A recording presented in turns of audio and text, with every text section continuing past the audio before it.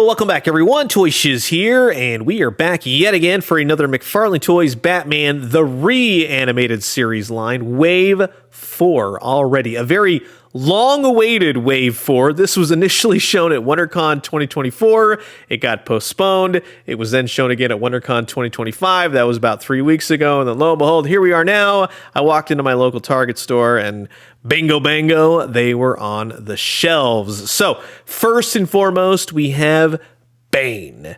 And he looks awesome. He's big, he's burly, he is Bane. So I'm very happy to have him. If you did not know, the toy line always has a Build-A-Figure. This wave includes the Bruce Wayne Build-A-Figure. There are 4 characters to collect, and here's the barcode. And like I said, these are already starting to hit Target store shelves. I will put the links for the Target app in the description. They are already there. When they go up is kind of up in the air, just FYI, but at least you'll have the links. You can hit the little button that'll inform you when things go back into stock, yada, yada. So not to worry, you'll get them if you're on it, or else you can go in the store and search them with this barcode. Now, next up, from a very, very just favorite episode of mine, which is his Silicon Soul, we have H.A.R.D.A.C or H.A.R.D.A.C Batman. And here's the barcode for this sucker. We got lots to talk about with him. Next up, from Batman Mask of the Phantasm, we have Carl Beaumont, a.k.a. the Phantasm. Wink, wink, wink, wink, wink. In case anyone's not seen it, I'm not going to be the one to spoil it for you like Kenner did all those years ago when they literally packaged the figure without the mask on. Who remembers that? And then to round out the brand new wave, we have Pamela Lillian Isley, a.k.a. Poison Ivy from Pretty Poison, just FYI, because of the accessories that she comes with. So you can tell I'm very excited. I'm a huge Batman the Animated Series fan. I have been waiting for these figures, waiting for this wave, so we're going to get right into it. Sit back, relax, grab yourself a nice hot cup of coffee. This is a look at the entirety of the brand new McFarlane Toys Batman the Reanimated Series line, Wave 4. And just before we get started, I just want to say a quick thank you to all the awesome DCAU fans who continue to watch my videos. Thank you so much for being here. And if you're new, welcome. We would love to have you subscribe. We have, well, lots of old toys, lots of new toys, daily news updates. Guarantee you'll find something here that you like. Lots of Batman animated action. So here they all are out of the packaging. Bruce Wayne is built. We're going to kind of go in an order of my least favorite to favorite, although I'll save you some time. This is a pretty solid wave overall, considering what we've kind of gotten with the first 3 waves. Lots of problems with paint and cell shading and mold degradation. This one overall, while it does have some things here and there, it's a pretty solid wave, and the character selection is really solid. So we'll kick it off with Poison Ivy. Poison Ivy comes with a dozen hands, too many hands, if you ask me, but it's always nice to have extra hands for various photography. She also comes with the Wild Thorny Rose, the nearly extinct rose that was the whole basis for her poisoning District Attorney Harvey Dent. If you remember the episode Pretty Poison, it's nicely done. And there's a little bit of cell shading on the pot. So that is a great pack-in for Poison Ivy. Poison Ivy herself, while she's at the bottom of the list, she is a very Kenner figure, if you get my meaning there, because she's not exactly on model. And remember, these are reissued figures from about, well, 6 to 10 years ago, roughly. But the face, everything is just reissued. So they haven't changed anything. Could have been a little bit improved. We'll say that. She does have her crossbow shooter on her arm, which it doesn't do anything, but it is nice that it is there. Make sure you get yourself a good looking one when you are in stores, if you get a chance to kind of go through a few. The green around the crotch and the leggings could have been painted a little bit better, and she doesn't have any peg holes, unfortunately. Now, she will have that older articulation, just FYI, but plenty of articulation in the sense of what you would want to get out of Poison Ivy. She's just not going to have all that fancy ankle rock and thigh swivel and all that. It's very basic, so it doesn't split up the Bruce Timm designs. But regardless, she's at the bottom of the list, but she's still a pretty cool figure. Now, to move on, we now have another female character, which is great because a lot of times with McFarlane toys, people like to say, hey, where's all the female characters? Well, this wave has 2. So with the Phantasm, you only get some extra hands. The we'll say Reaper Scythe hands, right? For those of you who catch my meaning there. But yes, she has like a gas hand and kind of sort of a gun hand. So if you have the old Kenner Phantasm, technically you could use that gun. Although this never happened in the movie, but you can just recreate the artwork on the old packaging. The Phantasm is wonderful. I absolutely love this figure. It's just so great to finally have this because I missed it all those years ago. Again, very basic articulation. This time around, it's got a little bit of cell shading. I love the cape, the tattered rags. You have the scythe hand. Everything just looks solid. And as you could tell, yes, it's more of a beefy, burlier character than the usual female. And she's kind of wearing a more bulkier suit, right, to kind of give her a man's build, but it's really Andrea Beaumont's underneath. But you got some waist, again, the legs, the knees. Thankfully, she does have peg holes on the bottom of her feet. You got the boots, nothing in the ankle swivel, just FYI, but at least her feet will go up and down. She just kind of displays great. That's all I really got for you. This is what I wanted her for. It's just fun, and it takes me back to watching the movie in theaters all those years ago and then totally freaking out after the movie going, what happened to the Joker? Did the Joker die? We got those answers later. The headpiece is separate from the hood, just FYI, so you can move the face around basically, but it won't move with the hood. That's the only thing. It's okay for what it is. It's not great. I wish the whole head moved, but then again, you would break it up too much, and that's really not what I want either. So you got two-tone shading on the cape, everything else, just it's a solid looking Phantasm. But then moving on, we have Bane. And that's another great episode, I will say, because old Bane, he comes with a bunch of extra hands. On one side, he's got the gloves with a little bit of blue to accent the cell shading, and then the rest will just be his normal flesh-colored hands for the other side, the non-gloved venom-inducing side. And then he comes with a barbell. No, Candace is not included, but if you want, you can recreate the scene where he's talking to Rupert Thorne's assistant while working out on the couch at the same time. Bane himself. This is a great figure just in looking at it, the stature, everything else. The only thing I do wish is that he did have a little bit more articulation, especially in the head, just to kind of get him looking upright a little bit more, I guess you would say.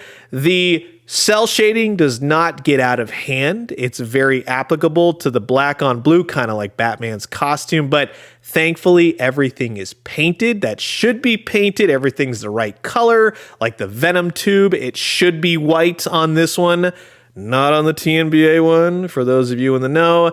Yes, he needs to kind of work on the whole Venom getting into his system so that Batman can't jab a Batarang in there. Make sure you get yourself a good looking one with the cell shading on the belt, though. I will say that. You have a little bit of waist. You got the legs. I love the blue that they have on him for the tights. That's really cool. Peg holes on one foot, just FYI. But other than that, he is a big, burly, we'll say, wrestling dude. That being said, though, he would have really benefited from some extra head portraits, like a screaming head portrait, or like Mondo's done with their new Bane figure where the eyes are popping out. He's lost the lenses, everything else. It's a grotesque scene, by the way. Everything turns red for him. Poor guy. He just didn't stand a chance. I like what they did with Bane. It wasn't Bane from the comics, but at least it was interesting for the animated universe. And then, to really top it all off, my favorite, and this is because I love Batman Mask of the Phantasm, but if we're strictly talking the cartoon show itself, well, his Silicon Soul is up there. Now, he comes with a variety of hands, including the laser finger hands once again. If you have been collecting the reanimated series, they goofed these. It came with a prior released Batman, kind of a mess, and I believe it was a whole thing of why this whole wave was delayed. And you also get the sword that H.A.R.D.A.C attacks Batman with while they're fighting in the Bat Cave. It's really nicely done. H.A.R.D.A.C just punches into a case and pulls out the sword. It's pretty cool. The sword has a little bit of cell shading to it as well, but again, it's not overdone. And then, of course, with H.A.R.D.A.C Batman, man, oh man, this is such a cool interesting figure. I'm going to save everybody some time. It's the exact same articulation we have seen now, all 4 waves of the Batman Reanimated series line. There's nothing different. It's just the difference of now he has the battle damage and he has the new head portrait, which that in of itself looks amazing. You can see all the wires. You can see part of the skeleton, all the frayed parts of the costume. It's really nicely detailed. It's perfectly spot on to the cartoon. That's what I absolutely love about this. And like I said, it's the same exact Batman figure, although this time around he doesn't have the plastic cape. So you can put him in the Batmobile, which is accurate to the episode. And then you have the half Batman, half H.A.R.D.A.C face, and it just looks cool. But to really get into it, so if you have a regular Batman head, you can stick that on the H.A.R.D.A.C body, and that will mimic the opening scene where he gets shot by the robbers when he doesn't really know what he is just yet, and then realizes, oh, I'm a robot. You can see what it looks like with the plastic cape as opposed to the, I guess, taffeta cape that he comes with. Then you get this awesome extra head portrait with the pulled back Batman face, just everything. It kind of does that like gluk sound when he yanks the cowl back. But that's when he's battle damaged. He's trying to figure out, he thinks he's a man, that his mind has been stolen and put into a robot body. He scans and locates that piece in the Cybertron warehouse. He puts it into his forehead, and that's where H.A.R.D.A.C is then reborn. And if you're not familiar, his Silicon Soul is actually a deleted scene made into an episode from Heart of Steel, which is pretty darn cool. So now you have H.A.R.D.A.C. He's fully operational. He's fixed the costume. And now you can pull back the whole mask, which, if you have the prior released Blind as a Bat Batman that came with the red eyes, technically, yes, you can use that with H.A.R.D.A.C. So now you have the fully operational H.A.R.D.A.C Batman, and they're going to reenact that duplicate plan with replacing Batman first. Now you can clearly see the difference between the two bodies, the battle damage and everything else. Of course, the battle damage just looks cooler for display. And then to finish it off, when they're fighting in the Batcave, you have the half face where Batman throws the acid. And I can't tell you, again, this is just so much fun that you could recreate every little scene from his Silicon Soul. So that wraps it up for the 4 figures. But then we have the really cool Bruce Wayne Build-A-Figure. Again, so great to finally have him. And I gotta say, through and through, it's a pretty solid Build-A-Figure with one hiccup. Of course, there has to be. I would say that the head portrait is really spot on. You have the nerdy brown suit, you have the yellow shirt, the black tie, but you do have cell shading as well. But again, that is Bruce Wayne from Batman the Animated Series, and it just looks stellar in his really overly beefy brown suit, right? And so there's not much to it as you kind of spin him around, but he has a plenty of articulation for a character like Bruce Wayne, right? Unless you want to get him fighting up against Kyodai Ken, which you would need to take the jacket off, which you can't. Basic articulation, as you'll see, waist swivel. Now, here's the thing. My legs, at least we'll say one of the legs right here, is a little bit wonky. And it's very odd because I've talked to a lot of people so far and they've had mixed bag of problems with this. Sometimes the waist comes off, which I don't have a problem with. But unfortunately, one leg on mine is the wonky leg. And when you go to move it, you can clearly see that it always just kind of wants to click back over. And it's a little bit loose for my liking. But he does stand fine. That's the one great aspect. He's definitely not like the Condiment King, and he does have ankle rock and the shoes will go up and down, but no peg holes, unfortunately. All the joints are ratcheted, so just keep that in mind when you're moving him around. But again, with this leg, as I'll show you, it falls off when you pull on it, unless, and this is the odd thing, if you kind of hook it in and then click up, then it's fine. But then as you start to move it around again, it kind of becomes loose and then it'll fall off. So it's like, click it in, don't touch it, leave it be. It's really odd. It's an odd joint system. So that's my 2 cents on that. I really wish that they could get that down a little bit better so it's not as janky. But overall, the appearance, the look, everything about Bruce Wayne is very cool, including the briefcase. He comes with a briefcase that opens up, and it has a folded up Batman costume inside. Now, you can remove it. You can put whatever you want in this briefcase, but that's a nice little touch. All of the Build-A-Figures for the Reanimated Series waves have come with some sort of accessory, so Bruce Wayne is definitely no exception. Although, I will say this, because I initially saw that and I saw H.A.R.D.A.C, and I'm like, oh, he's got the briefcase and everything else. This is what came to mind from Heart of Steel, and I really would not mind seeing this made somehow, some way before McFarlane Toys loses the DC license. But like I said, it's a great accessory for Bruce Wayne, especially with the Batman costume in there. That couldn't have been better. And as a bonus, you can pull the Bruce Wayne head off, and if you have a Batman figure, yes, it will fit on that body or any of the Batman bodies. I would say don't push it down too much because it'll kind of extend the jaw when the neck kind of settles onto it. So just kind of keep it a little bit high and you should be good to go. But yeah, that looks pretty solid. It's great to have an unmasked Batman. But like I said, with the briefcase in hand, Bruce Wayne all suited out. Heck yeah, with the exception of that wonky leg, very stoked to have another somewhat solid Build-A-Figure for the Batman Reanimated line. Which, hey, you're probably wondering, how does he scale with other characters? Characters like Alfred? Yeah, that'll totally work. And Batman. Thankfully, they're pretty much the same height. That would have been really weird if Bruce Wayne was definitely too big for Batman. So yeah, you can definitely put these characters together. And what is fun to see, because now this being the fourth Build-A-Figure, Lockup is definitely the all-around perfect Build-A-Figure so far for the Reanimated line.